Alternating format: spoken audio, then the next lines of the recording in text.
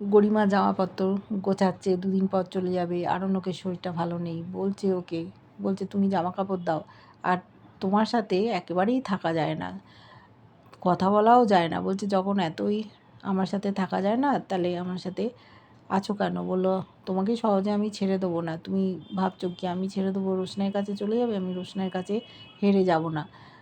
আরণ্যককে জামা কাপড় দিতে বলেছে, ও অল্প কিছু দিয়েছে, বলেছে ওখানে গিয়ে কিনে নেবো। প্রথমেই গিয়ে খরচা করতে চাইছে না, বলছে আমার বুকে ব্যথা করছে। বললো দেখো তুমি আর নাটক করো না, সবটাই মিথ্যে কথা। বলছে আমার শরীর খারাপ নিয়ে মিথ্যে কথা বলবো?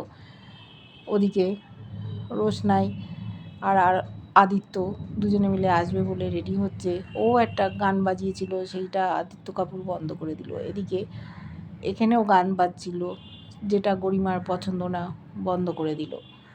দেখেছি রোশনাই কষ্ট পাচ্ছে, আরণ্যকও কষ্ট পাচ্ছে। কী হবে ওদের?